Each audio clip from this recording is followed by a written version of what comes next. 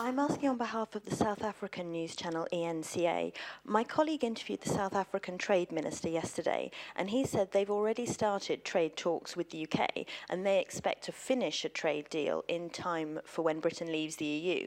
But obviously, Britain is not supposed to be having trade discussions with outside parties before it reaches that final divorce agreement with the EU. So from your point of view, what counts as a trade discussion that Britain is not supposed to be having in the interim? We discussed this issue exhaustively here on a couple of days, and the colleagues who are seasoned observers of our daily encounters know very well where we stand on that. We said that the international trade is an exclusive competence of the European Union, and as such, there is nothing in the treaty that prevents member states from discussing trade. But being part of the European Union means that you only can negotiate trade agreements as part of the bloc. But of course, once you leave the bloc, you can, of course, negotiate any sort of international agreements you like. So if the door that you open to this same discussion is the comments by the South African Minister for Trade, I'm not sure that he seizes all the nuances of our treaty legal instruments, but that's where we stand. And by the way, Catherine was the one that pushed us to that discussion. Yes, Catherine. Hello, Catherine Feore, EU reporter.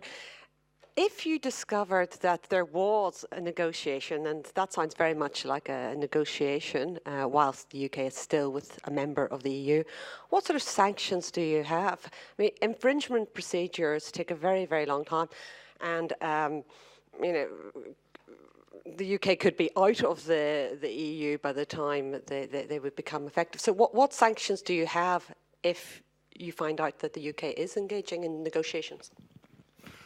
Your question started with a big, huge if, and we don't do if answers. We don't do if questions. We are, I think, very clear in setting out the legal framework that governs our trade policy, and we have been equally clear on the different phases that trade discussions can have or can develop. And I don't think now that there is anything else to say. I understand there is a certain interest now in interpreting or exploring the outer limits of this discussion, but we do not have anything to add. And I think, by the way, our position on these issues has been widely repeated by practically everybody in the European Union. So there is no point in taking this argument even further, although Catherine doesn't agree with me. Will you be sending a strongly worded letter to the UK to ask them to request that they respect their treaty obligations? And what sanctions do exist otherwise?